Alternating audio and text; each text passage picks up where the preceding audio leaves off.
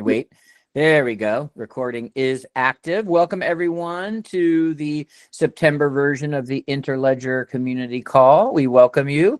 We are going to get started right now, although people will still be joining. Just a reminder, you can see it in the chat, you see it in the calendar invite, you see it lots of places, but we do have a persistent notes document that has today's agenda and past agendas and notes. It's chock full of information, so it's a good thing to bookmark and revisit. All right, so let's go ahead and dive into the agenda. Get it in front of me. All right, so first thing I wanted to say is that we have been prolific writers and publishers of blogs across the Interledger ecosystem, kind of always, but certainly lately. So you will see a good rundown of recent ILF blogs, everything from multiple sides of friction, the good and the bad of its use, to an update of what happened in August, what we're doing with higher education, some updates from the tech team. We have new grantees listed in our next gen higher education grants. So you can see a bunch of links right there at the top of some new and active blog posts. We would love for you to check those out. They're chock full of information from across the community and the ecosystem. And a reminder that we are always looking for thoughtful blog posts and articles from our community. So there is a bit of a call to action for those that are motivated to write and share their work. A quick note that the new episode of the Future Money podcast is live. It actually represents a bit of a transition for the podcast from our original host and founder, LaWill, to our new host, Kokai. And they have a conversation kind of making a podcast out of that transition. The next one will be hosted by Kokai and have a bit of a different look and feel. So look forward to that probably by the end of this month or early next. And then some other good links and information. So we go into our popcorn updates. First one is, I believe, Aiden is going to unlock his camera and his mic and talk about an update out of the UN. Sure, more than happy to. Hi, everyone. Thanks for joining today's community call.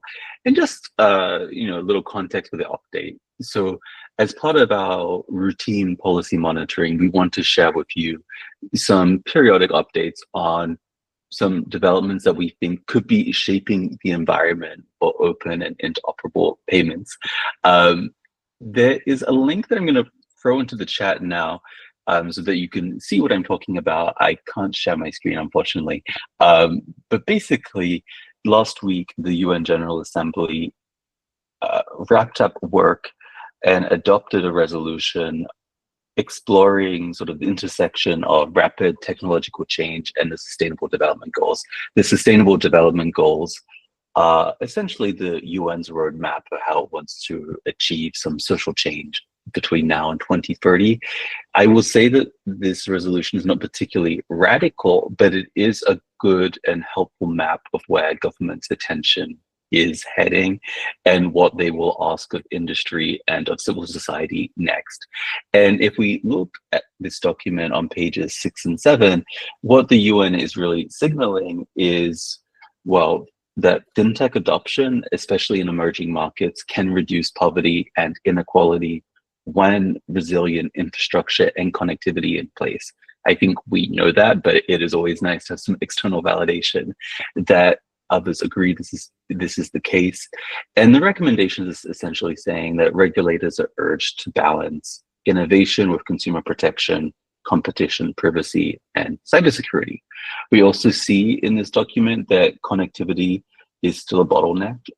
There's an estimated $1.6 trillion investment gap to close global connectivity. And so any sort of cross-border inclusion strategy or work, it needs to involve the last mile. And that's what this is getting at. And it's also talking about open tech as infrastructure, that digital public goods and digital public infrastructure are recognized as important and should not be exclusionary. And finally, that gender gaps are persisting, so those need to be addressed. There need to be skills gaps addressed for women as well. Human rights-based design is urged. That's something that Chris mentioned blog post recently. One of the blog posts by our Interledger ambassadors, Caroline Sinders, really touches upon this and why design and preventing the use of harmful design is really important when we're designing responsible products that are offering financial services. And then finally, there is a recognition within this document that data governance and data protection norms are not so much evolving in as much as they are now the baseline expectation. And so this document sort of says over 140 countries now have data protection laws and regulations in place. While capacity does vary from country to country, that's now the baseline norm. That is not that this is something that you should expect to be the case everywhere. And so why does this matter for us as a community? I think firstly, it's validating that open interoperable payment rails can be seen as a part of digital public infrastructure. So provided we can evidence inclusion, competition, safety, and rights respecting design, we have the legitimacy to be able to speak on these issues. Secondly, it's showing that financial inclusion outcomes are recognized as essential to achieving the Sustainable Development Goals. And so low value cross-border payments need to be affordable, reliable, and safe with proportionate rules and strong redress. That is supporting the Sustainable Development Goals that already have a goal around keeping fees for remittances to under 3% of the transaction value. And finally, I think it's trying to raise the bar a little on privacy and portability across jurisdictions. And so all of our implementations need to travel across very diverse data protection regimes. And if we do that work and we evidence that work, then we are a great case study to show as to how we're working within the spirit and the goals that the Sustainable Development Goals have set. And finally, the Sustainable Development Goals are ideally meant to be achieved by 2030, but it also means that they will be reviewed soon, and there will be new Sustainable Development Goals coming into effect from 2030 and beyond. But that process is going to be beginning next year. So we can also start to think through, as a community, what role we want to play in shaping what the new Sustainable Development Goals are, whether we think they're too ambitious, whether we think that they not quite meeting the mark. We will have the ability to be able to input into that process next year. So I will leave it there. I think just in short, what this resolution is it's nudging our ecosystem towards more open, safeguarded, evidence-driven digital infrastructure, which I think is really exciting. I think we have a lot to contribute on these topics as a community. We have implementation work. We have our reference implementations can really help demonstrate that link between open payments and the Sustainable Development Goal outcomes. And because we have that, we should be putting our examples forward to show policymakers what we're bringing to the table. All right. Thank you, Aiden. I think Stephanie has a question in the chat. You can probably go ahead and engage that in the chat as we move on. All right. I just have a quick flyby here. We have 2 final grant reports by 2 of our outstanding ambassadors. So you can check those out. They're more good reading material for you about Interledger. And then next up, we have an open payments update from Max. Max, are you out there? Oh, yes. There you go. Quick update on the open payment side. We have some hackathons coming up, so we're been really trying to prepare some resources for an updated resource to do with open payments. I'll quickly share my screen and go over them. Actually, I cannot. Veniel, can you let me share my screen? Is that possible?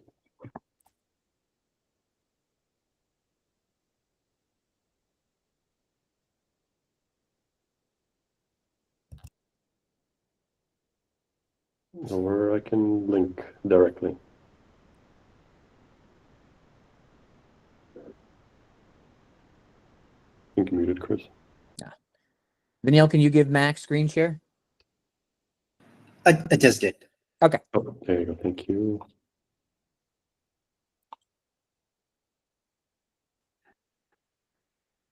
So I think not to, how do I say, bombard with all of the links that we have for the updated resources. I think this is a nice landing spot that we have here. So it's the hackathon resource documentation for open payments specifically. And I think the main thing that I would probably like to take away here is that we have an updated introduction to open payments YouTube playlist with some guys from Sarah and myself using open payments. There's a code walkthrough as well. So yeah, I just want to let people know that these are updated resources that exists. And yeah, in terms of actual changes in in GitHub, we have a repository for just containing the open payment specifications. We now have a repository which was originally used to hold everything, is just for documentation now. And each of the SDKs and clients use the specifications as a GitHub submodule. So if you are working with these repositories, please make sure to make sure that the submodule is loaded properly when you clone in the repository. And yeah, the structure for the SDKs will follow across different languages. So this is, if you see new stuff in our GitHub, this is just our way to make sure that we have nice separation between the specifications, the SDKs, documentation, and a way for us to version our specs in the going forward. So just want to make those how do I say, quick update on some of the resources that we have for open payments. That's it. Thank you. Max, how new is that playlist of videos? It's fresh off the feed. We had an old playlist with similar information, but now we recorded, so I think it's from uploaded since yesterday, I want to say. So yeah, up fresh. That's awesome. Yeah, no, I had never seen that, probably because it's pretty much brand new. We should definitely be using those and blasting those out. I'm excited to have those out there. So thank you, Max and team. All right, let's keep it moving. Next up, we have Darian out there for the web monetization update. Darian, are you there? Yes, I am. Awesome. Go for it. And Vanille, you may have to give him screen share in advance. Yeah. I can show a glimpse of what we are working on. Some quick updates. We are diligently working on a few things for web monetization in parallel, and we are close to launching them all together. First, there's the revamped redesign for our web monetization website with a completely new look and feel. There's the major redesign and repository overhaul for the web monetization tools, publisher tools, I'm sorry, with the introduction of a new tool, the widgets, allowing you to directly pay for the content you love with a one-time payment using the standard directly from the tool. We are really close to launching them together. We are waiting for the release date, as we already conducted some internal testing, but please stay tuned for the release, as we really need the community to further test the redesigned tools and the new webmonetization.org website. And regarding the webmonetization extension, a few updates. We have already added support and compatibility for the Chimon wallet for a while now, which means you can connect and pay with the extension using the Chimon wallet address. We also introduced a new need feature. You can use it with the extension, where if you own a domain, you can set your wallet address to be the same as your domain name. You can read actually more about it in the latest engineering blog post, and I also dropped the link in the comments to see how it's done. Also, for the extension, we are pretty close to launching the extension in Safari browser. I'm optimistic we'll see the extension in Safari pretty soon, but the obstacles have more to do with Apple account more than us. As I promised, I can show a glimpse of the first, the new webmonetization.org website. If I can share my screen, T. Allow.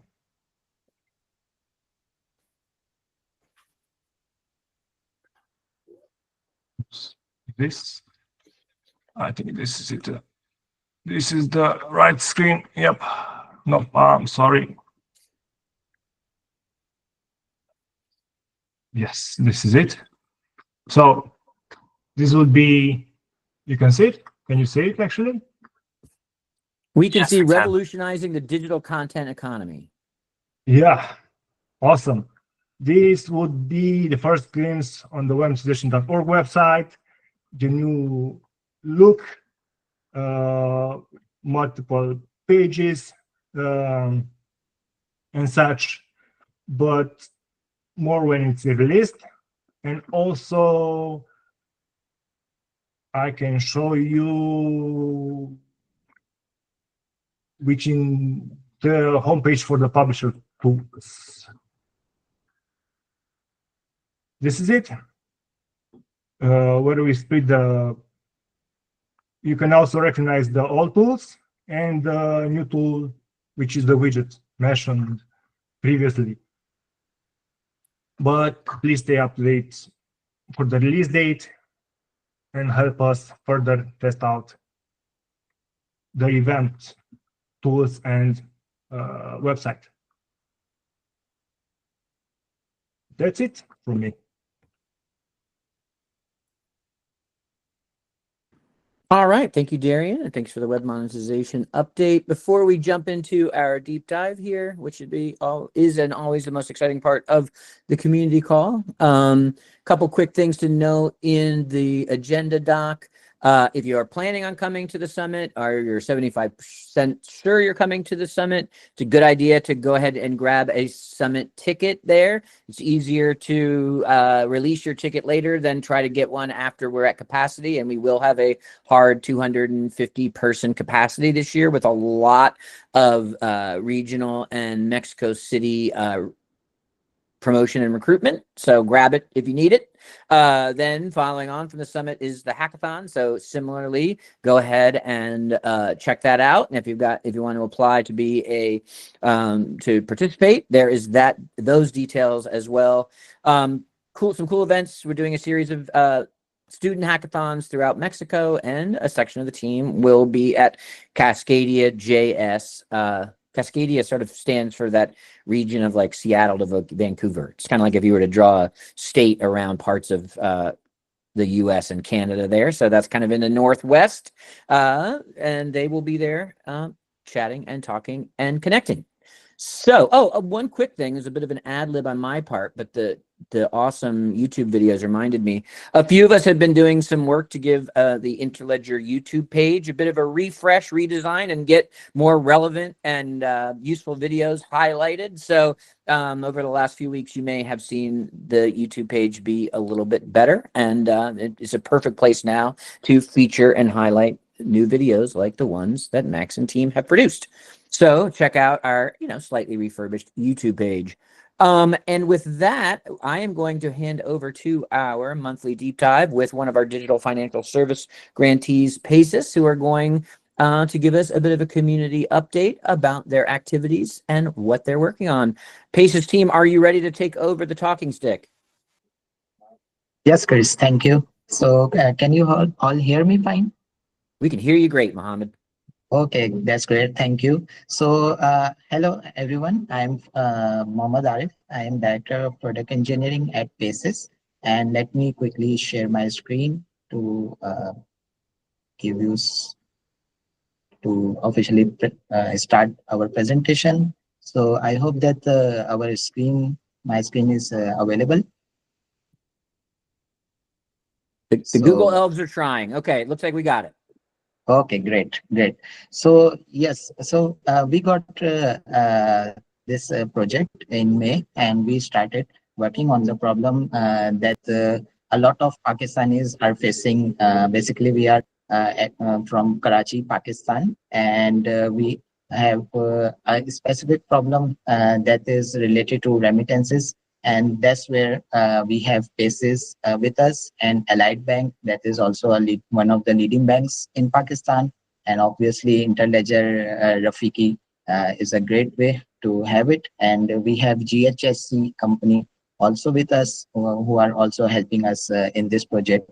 Uh, so um, a little bit about Basis. So what we actually do, so actually we started in 2016, and let me tell you that some of the projects that we have worked on. So here we have worked on from 2016, we have worked with different financial service providers, and we also provide services such as software development for financial services and banks. We are also actively providing advisory services to different banks in the nation and across the nation as well. And we have also worked with Kareem for providing the payment solutions, and for PSO, you might have seen some of the logos. For we are also working with Linux Foundation for Tazama, which is the fraud risk management system. And also now we are working on the Interledger Foundation project.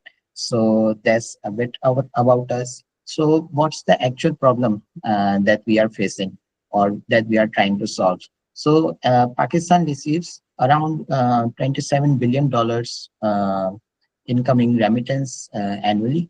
And this is the graph that normally people send the remittances. So who are those people that are actually sending us the remittances? So these are mostly they are overseas Pakistanis who are working in Gulf countries or across the nation, like on in different part of the world, and they need to send the money to their families in Pakistan. Most of them are living in rural areas, and they need to support their parents and their families for their daily livings. And also another part is the freelancers. We have very big community of freelancers who are actively providing services worldwide, and they are uh, kind of frustrated to have very limited options to receive the remittances or their service charges. So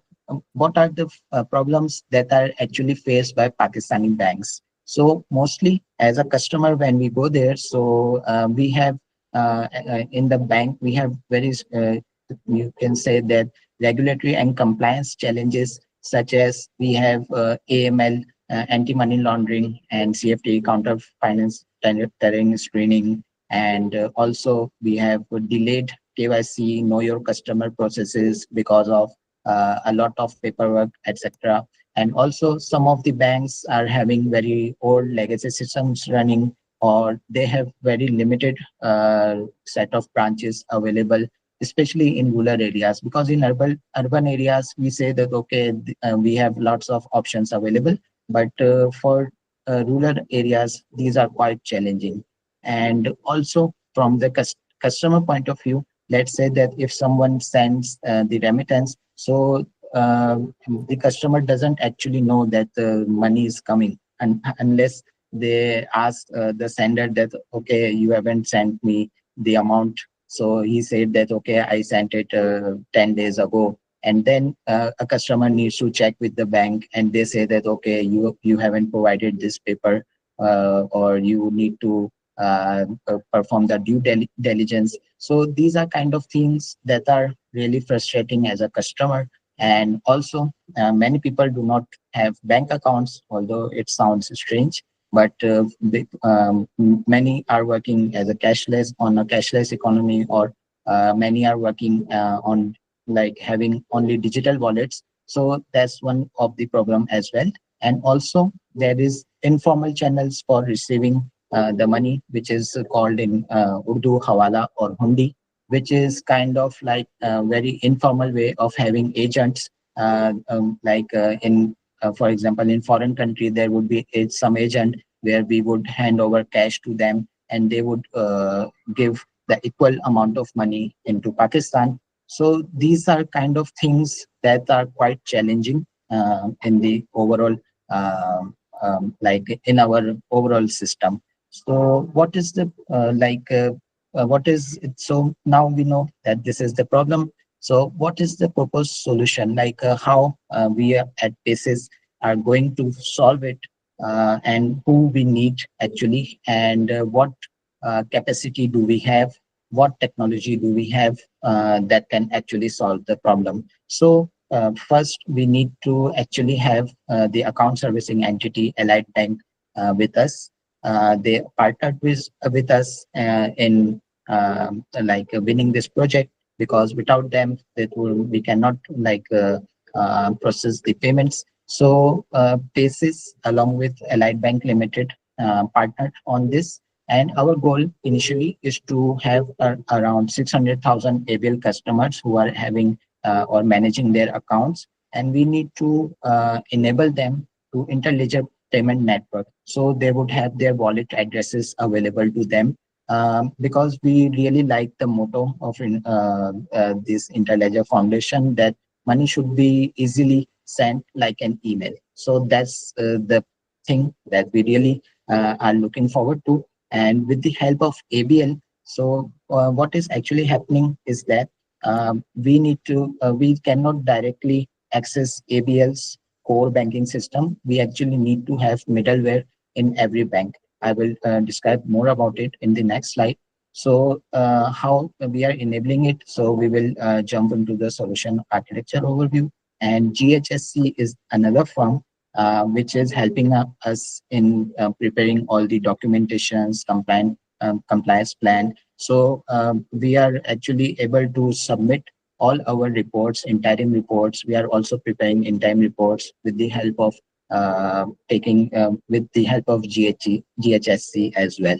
So now if we come to the solution architecture overview, that what would be the overall system that would be working, and how it can be scaled across different banks. So this is, we can say that account servicing entity that can be anyone outside of Pakistan who is willing to send the remittance to Pakistan.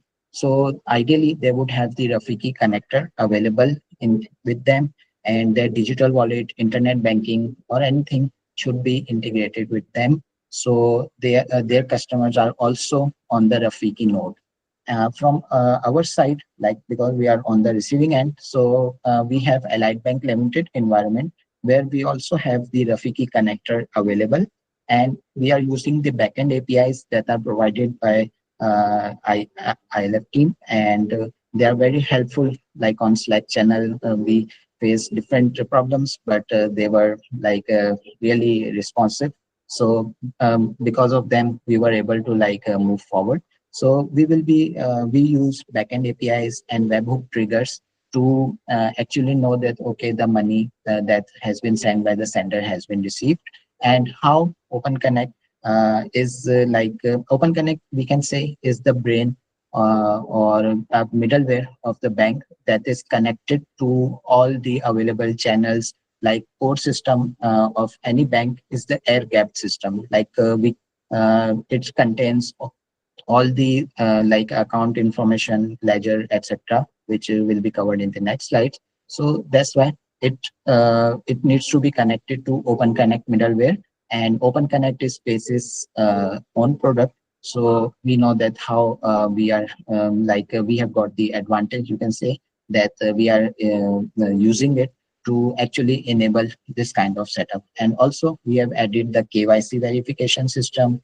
AML CFT screening platform is also there. And whenever a customer is onboarded, like when they create account So they have the KYC already done by the Allied Bank Limited. And finally, in the receiver side, we have ABL Internet Banking available. So I will pause over here because I would move to my another presenter, Abdul Rahim, which will explain more about what are these individual components. Thank you. All right, perfect. Thank you, Arif. Um, let me see if I can very quickly share my screen. Or Abdul Rahim, if you want to continue over here, so that's also fine because the screen is there. Totally up to you. I actually have made some annotations which will make Okay. things clear. So if you don't mind. Okay. Sure, no problem. Perfect. Thanks.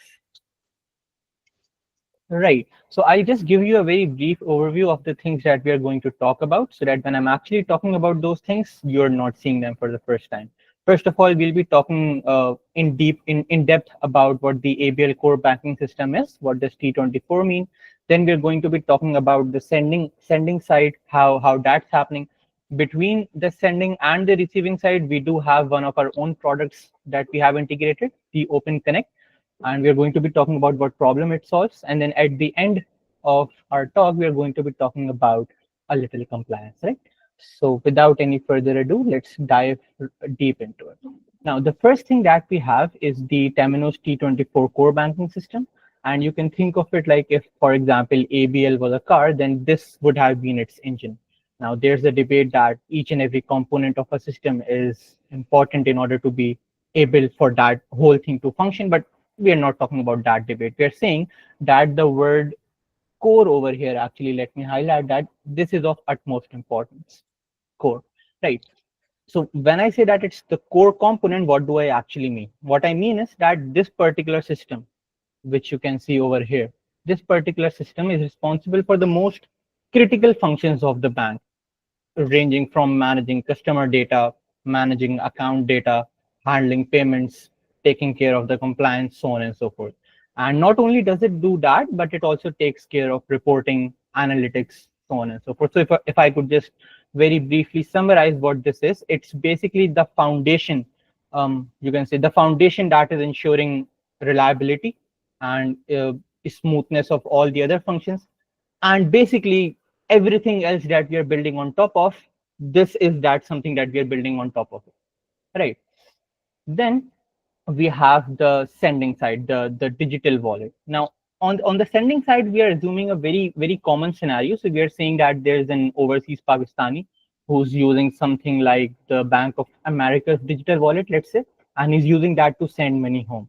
And we have chosen this particular example very deliberately because it's the actual representation of millions of real cases where workers, they're living abroad, they're working abroad, and then they're using digital channels instead of physically going to any bank. They're using digital channels in order to be able to send money home, right? And we are basically starting with a very, you can say, familiar experience on the sender's end, so that we can show how seamlessly and how smoothly our solution integrates into the existing habits of people. And it's very important to note over here that this is sort of the entry point into the remittance flow, right? Then before I talk about the receiver, we do have the Open Connect product that we have integrated. So you can think of the Open Connect, which we call it OC in short. You can think of OC as the you can say middleware, which basically connects two different systems, right? And it's not as simple as just connecting two different systems, because you would say you can do that via simple HTTP calls, right? But what it does really, it's designed to process Rafiki's webhook events and translate them into something that the ABL systems can understand, right? This is the same problem why we have network protocols to exist. Why do we have HTTP in the first place? So that the two systems that are communicating, they're essentially using the same language, right? So this particular product, Open Connect, also solves the same problem. And a better way to understand this would actually be that if we did not have this layer, then the two financial systems, A and B, they would essentially be talking and communicating with each other using different languages, right? So one won't be able to understand what the other one is saying. So yeah, that's what the middleware layer is doing. Then on the receiving side, obviously the user experience over here is equally as important. So what's going to happen over here is that an ABL customer and Allied Bank customer in Pakistan can log into their own internet banking portal. They log in their credentials and they're in. But why this is important is because it creates transparency, number one, transparency, and also trust, because they don't have to wonder if or when their money is going to arrive. They can track it in real time, and they're going to exactly know when it's going to reach at their destination. So simple, convenient, and modern. Yep. And at last but not the least, we have the AML, CFT, and KYC checks. So you can think of it like the allied banks back office systems. They carry out all of these checks. You have the anti-money laundering check, you have the counter terrorism financing check, so on and so forth. And this is not just important for regulatory purposes, but it's very important for the integrity of the financial system itself, right? So by embedding these checks directly into the flow, we make sure that the solution that we are proposing is fully assigned, is fully aligned with both the local and the international standards, right? And after this, we have the demo. So I would like to pass on the baton to Suhaib. Thank you.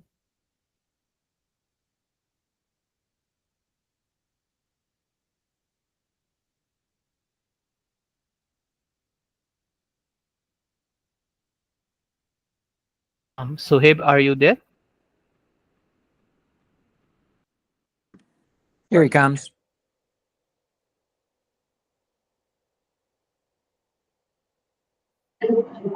Okay, sir, I think your mic is off.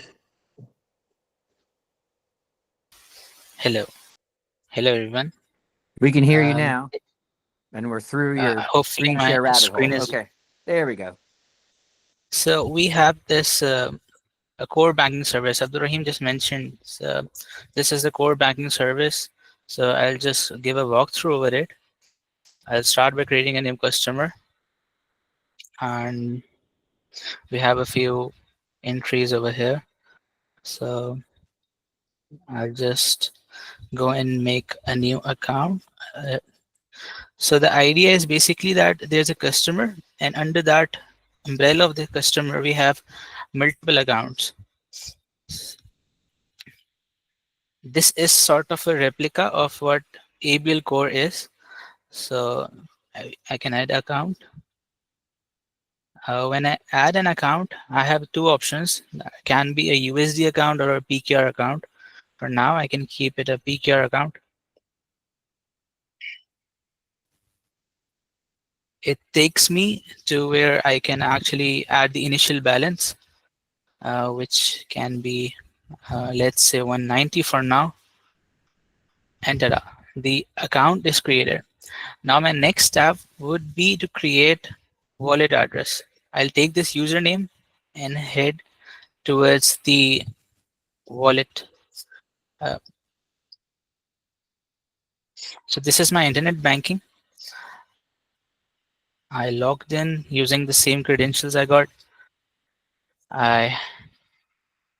Now this is what happens when I take a call via the OC, the Open Connect service, towards Rafiki node. So what the idea is that the wallet address is successfully created. To verify this, I'll just head towards the Rafiki admin, which should be right here. So upon refreshing it, I can notice we have a new wallet address over here. So finally, the wallet address is right here, which we can obviously see it is activated, and it can also be shared. But now the other step will be to send the payment. For now, we have a Cloud9, aka Bank of America, the idea that we can send payments from a wallet of Cloud9. I'll change the wallet address right here. I'll go back.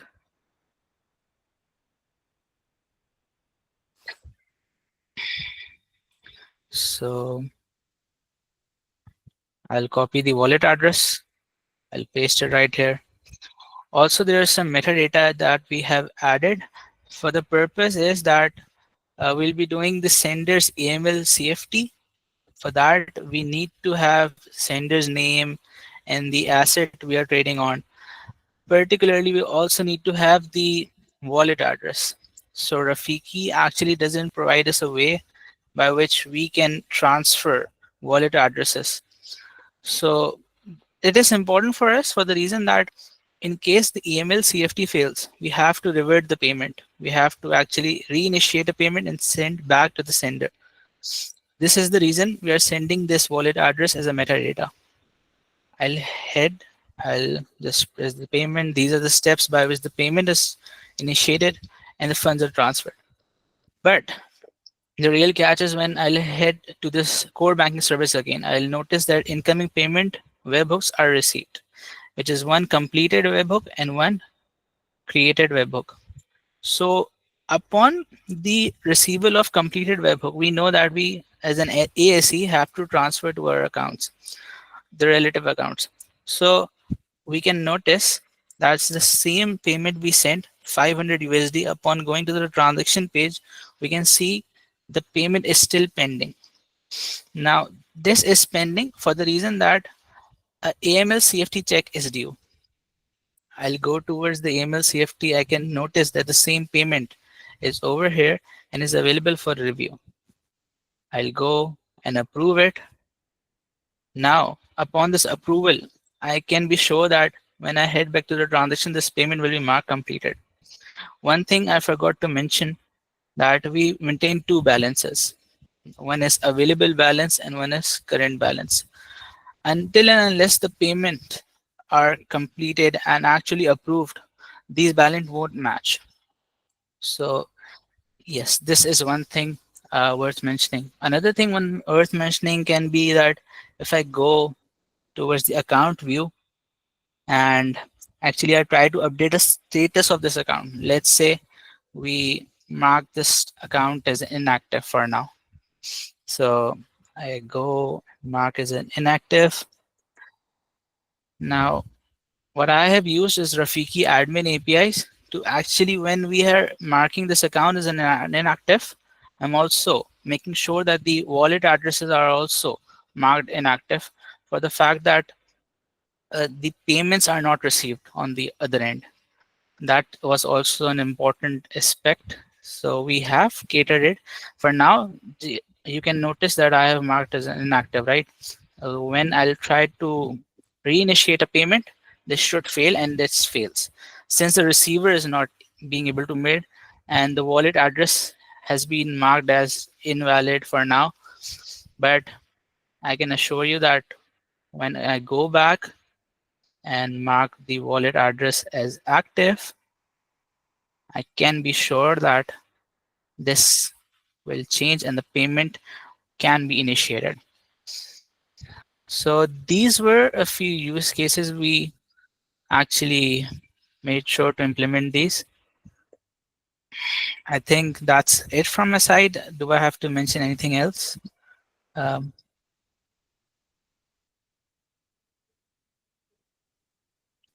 you, Soeb. Yeah. So yes, the communication of sender details is like important to us on the receiving side because of the at the moment we are sending it into the metadata. But I think from Rafiki's and it should be mandatory or the fields should have something that is mandatory to be sent to the receiver. So in this way, AML, CFT, or another checks that needs to be done by the bank itself will be catered. So this is, I think, what we've felt that that should be added. But we are also giving feedback or sharing feedback to Rafiki as well. Yeah.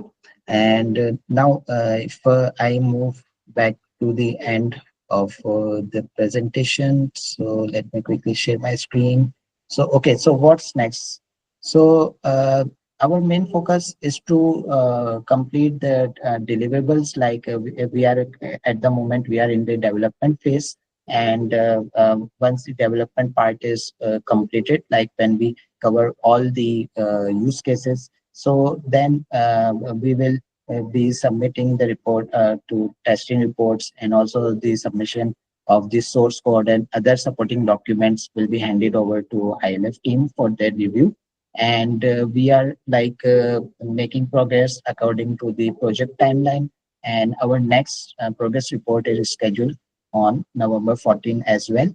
And if you want to read our first report, interim report, so it is available here. We will also share our presentation.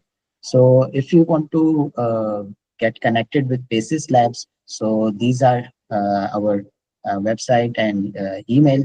And also, if you want to follow us about what we are doing or what is happening in the financial space, so you can also follow us on the LinkedIn page. So I think that's the end of our presentation, and we welcome your questions. Awesome. Nice job, Paces team. Really appreciate that. You can also, another thing is they'll be able to see their demo and talk to a subset of them at the Interledger Summit coming up in November. Do we have anybody who wants to unmute their mic and ask a question or give feedback? Or you can also put it in the chat, and I will awkwardly sit here for a few seconds to see if someone takes me up on that.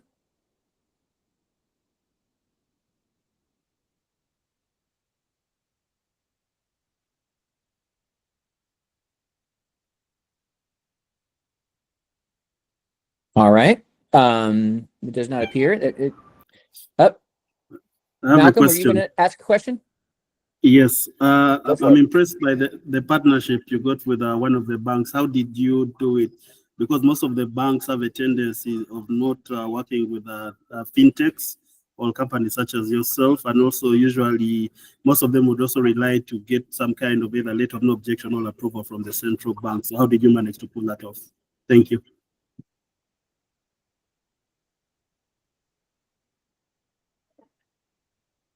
Yes, so Karim will add it. Yeah. I would like to answer this. This is Karim. I'm CEO of Basis Labs.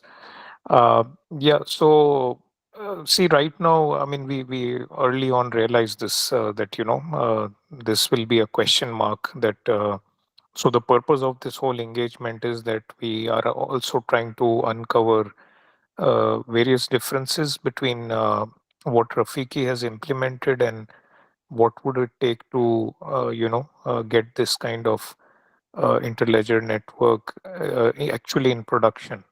So while the bank is working with us on technology right now, it's all in test environment, and for it to be part of the production, there will be several you know enhancements that will need to be done. Uh, so just like in our context, one of the update is also that the regulator has recently announced a regulatory sandbox. So what we are trying to do is that take this project into that sandbox as well to showcase that there are alternate ways of using technology to speed up remittances and reduce its cost.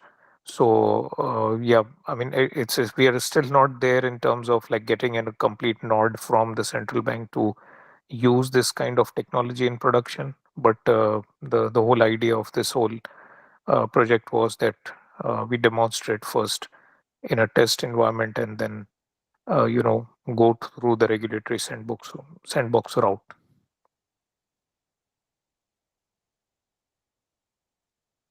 All right. Thank you, Malcolm, for that excellent question, and Kareem and Mohammed for addressing it.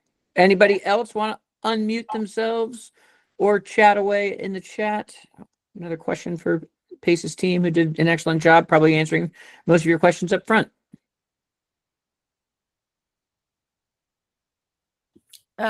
If I may, it's Stephanie again. I'm just wondering how long it takes to clear the anti-terrorism financing and money laundering. How long does that process take? And I gather that those two accounts aren't going to, they're going to be disparate until such time as you get that clearance. Is that correct? Yeah, so typically this is not a very lengthy process. So there are two scenarios. So now, like lot of I mean, systems are available, screening systems are available like SafeWatch and other providers, which hold all the sanction screening lists, domestic as well as international. So, I mean, generally what we are going to do is the Open Connect platform is going to work like an orchestration engine. So it as soon as it receives a webhook from Rafiki instance, it will trigger a call to the screening system. Typically within a minute or so, it will get a result, which is kind of a risk score. And if it's above a certain threshold, that means there has to be some manual review. And if it's below a certain score, then we can proceed to the next step. So while for the demo purpose, we showed that this is a manual process every time, but in reality, it will be automated or straight through for those cases where the screening shows that it's a less likelihood of being a sanctioned person. What's important is that the data elements that should travel, like for example, the sender name is more very important, that should be traveling, or the country from which the remittance is coming. So because that is the essential information which allows us to better screen and get a less false positive results. Thank you. All right. So thanks again, Pace's team. Last community call, it was your first time and you saw the value of joining, and now you see the value of presenting. So a nice month-to-month trajectory there, the value of the Interledger community call. We're wrapping up. One, we've had a request for you to post your slides, Paces. So maybe if you could put a link to the slides in your section of the agenda so people can revisit them.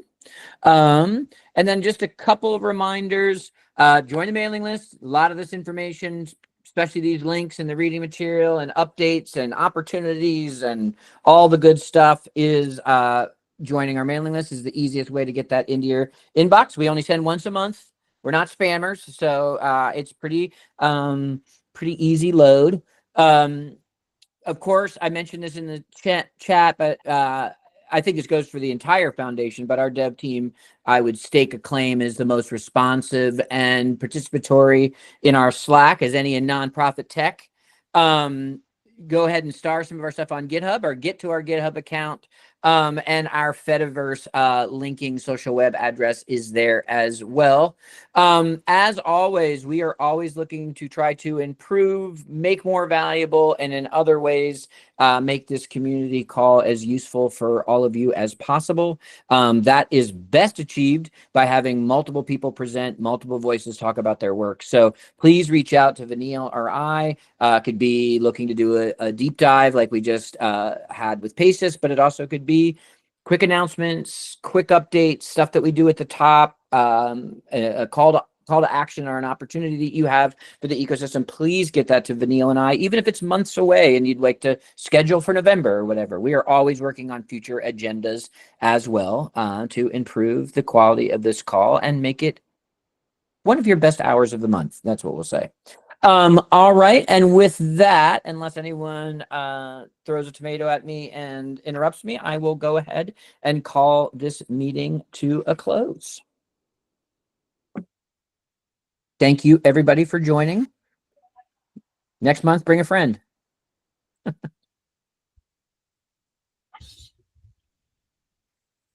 Thank you, Chris. Bye-bye.